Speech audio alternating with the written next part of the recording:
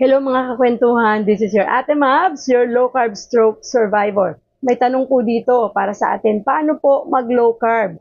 Ayan, unang-una, kung may medical condition ka, mag-consult ka muna po sa low carb doctor para magabayan ka ng tama. At dapat alam mo ang dahilan mo kung bakit ka mag-low carb. At kung ikaw naman ay wala namang medical condition at gusto mo nang mag-low carb, pwede mo nang gamitin ang food list at food guide na ito para alam mo kung ano ang dapat at hindi dapat na pagkain kakainin mo. Magagabayan ka nito.